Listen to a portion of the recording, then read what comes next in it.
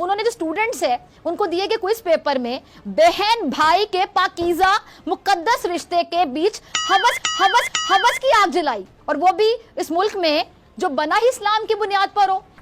کیا بتا رہی تھی آپ مجھے؟ یہ بتا رہی تھی جو میرے ہسبینڈ ہے، میرے کزن ہے، ہمیں 20 دن پہلے پتا چلا ہماری شادی۔ اچھا، اور اس سے پہلے کیا تھے؟ بھائی اس سے پہلے بھائی مشکل ہو رہا مجھے تھوڑا۔ کچھ نہیں ہوتا پاکستان میں ایسے ہی ہوتا ہے۔ یعنی وہ یہ سمجھتے ہیں دونوں بہن بھائی کہ اگر وہ دونوں، میں کیسے بتاؤں آپ کو، اگر وہ دونوں کریں تو بڑا مزہ آئے گا۔ یہ پروفیسر صاحب سوال پوچھ رہے ہیں۔ توبہ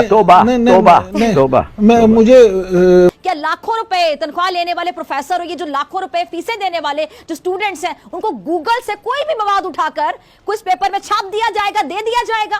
میں یو اے کے ہو کے، ابھی میں ترکی ہو کے آیا ہوں، اور میں نے ان بھائیوں کو کہا میں آیا ہوں تو آپ سمجھیں گے شاید یہ مانگنے آیا ہے، میں مانگنے نہیں آیا لیکن مجبوری ہے۔ سچ ہے کہ ترقی کی دوڑ میں مغرب ہم سے بہت آگے ہے، ترقی یافتہ ہے، جدید ہے، معاشی طور پر بہت مضبوط ہے، ٹیکنالوجی میں آگے ہے، قانون کی بالادستی ہے، وہاں شہریوں کو آزادی حاصل ہے، آزادی اظہار رائے ہے، اور اس میں کوئی شک نہیں۔ لیکن ایک بات جو ہم لوگ بہت ہی کم بحث میں لاتے ہیں وہ یہ کہ مغرب میں سب سے زیادہ جس چیز پر زوال آیا ہوا ہے وہ ہے خاندانی طرز زندگی، یعنی فیملی کلچر، کیونکہ مغرب میں نہ والدین کا کوئی احترام ہے، نہ رشتوں کی تمیز ہے، نہ بڑوں کا ادب اداب ہے، اور جو آپ کو کسی بھی چیز سے روک سکتے ہیں یعنی والدین کو پورا اختیار ہوتا ہے، ان کا پورا حق ہوتا ہے۔ اچھا، یہی وجہ ہے کہ مغربی جو معاشرہ ہے جدید ہونے کے باوجود اپنے جو فیملی انسٹیٹیوشن اس کو محفوظ نہیں کر پا رہا ہے، اور دوسری جانب اگر ہم پاکستان جیسا ماحول دیکھیں، پاکستان جیسا بھی ہے لیکن اب تک یہاں رشتوں کا تقدس قائم ہے، رشتوں کا بڑوں کا احترام قائم ہے۔ اس کی وجہ کیا ہے؟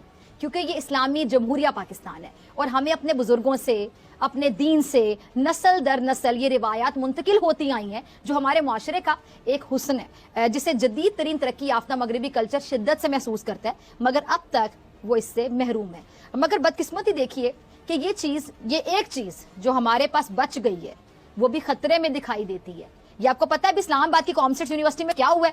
انگلش کے پروفیسر جن کا نام خیر البشر بتایا جاتا ہے، انہوں نے کوئی انتہائی باحیات قسم کا کوئز پیپر اپنے اسٹوڈنٹس کو دیا۔ وہ کیا تھا اس پر بات کرتے ہیں، مگر اب تک جو ہمارا معاشرہ ہے اس کو کبھی گرل فرینڈ بوائے فرینڈ کے ریلیشن، کبھی جو ہم جنس پرستی سے ٹارگٹ کیا جاتا رہا، مگر پروفیسر صاحب نے اپنے سٹوڈنٹس کو دیے گئے کوئز میں جیسے ساری کہتے کہ حدیں پار کر دی۔ انہوں نے جو سٹوڈنٹس ہے ان کو دیے گئے کوئز پیپر میں بہن بھائی کے پاکیزہ مقدس رشتے کے بیچ حوث کی آگ جلائی، محرم نامحرم رشتے کے فرق کو سرے سے ہی بلا دیا گیا۔ اب کیا یہ غلطی تھی یا یہ جان بوجھ کر کیا گیا، اور وجہ کیا تھی؟ اور وہ بھی اس ملک میں جو بنا ہی اسلام کی بنیاد پر ہو۔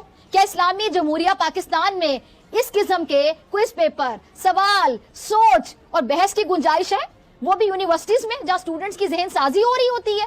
یقیناً نہیں ہے، مگر اس واقعے کا جواب نہیں ہوتا ان کے پاس۔ اچھا، کامسٹس یونیورسٹی جو لاکھوں روپے فیسیں وصول کرتی ہے، اسٹوڈنٹس کو زندگی کے کامیابیوں کے سنہرے خواب دکھاتی ہے، اسٹوڈنٹس کو سکھا کیا رہی ہے؟ یہ جو کوئز پیپر ہے، ذرا سوچئے اگر یہ وائرل نہ ہوتا اور اس قسم کا مواد ہمارے اسٹوڈنٹس کے ذہنوں میں آئندہ بھی ڈالا جاتا رہتا تو اس کا نتیجہ کیا نکلتا؟ کیا ایجوکیشن کے نام پر اب اس قسم کے واحیات، غیر فطری، غیر اخلاقی اور خلاف شریعت جو ٹاپکس ہیں ان کو ڈسکس کیا جا بھی سکتا ہے؟ کیا ہمارے معاشرتی جو اقدار ہیں اس کی اجازت دیتے ہیں؟ کس قدر گھٹیا بات کی گئی تھی، کس قدر گھٹیا بات کی گئی تھی۔ میرا مطلب مجھے خود بھی نا یوں کہہ لیں کہ عجیب شرم سی آ رہی ہے وہ پوری بات بتاتے ہوئے آپ کو کہ میں کیا بتاؤں اس کے بارے میں آپ کو۔ خیر ناظرین، کہتے ہیں کہ Julie and Mark are brother and sister, they are travelling scenario, ایک سین کریٹ کیا گیا اور اس پہ سوال پوچھا جائے گا، یعنی ایک سچویشن دی جا رہی ہے، اس سچویشن پہ اسٹوڈنٹ سے سوال پوچھے جائیں گے۔ سچویشن کیا ہے پڑھ کے سنا رہا ہوں آپ کو۔ Julie and Mark are brother and sister, Julie اور مارک جو ہے وہ بہن بھائی ہیں، اور وہ فرانس کے لیے ٹریول کر رہے ہیں سمر ویکیشن فرام کالج کے لیے جا رہے ہیں۔ One night they are staying alone in a cabin near the beach، ایک رات وہ ساحل کے کنارے ایک جھونپڑی نما ایک کیبن ہوتا ہے، وہاں پہ وہ دونوں اکیلے رک رہے ہیں۔ آپ سمجھ آ رہی ہے، دو بہن بھائی ہیں، فرانس کے لیے جا رہے ہیں، اور رستے میں وہ ایک ساحل پر ایک بیچ پر اکیلے رک جاتے ہیں ایک چھوٹے سے کمرے میں۔ اب اگلا حصہ جو ہے مجھے میں سمجھ نہیں آ رہا میں کیسے بتاؤں آپ کو، خیر جو لکھا پڑھ کے سنا دیتا ہوں آپ کو۔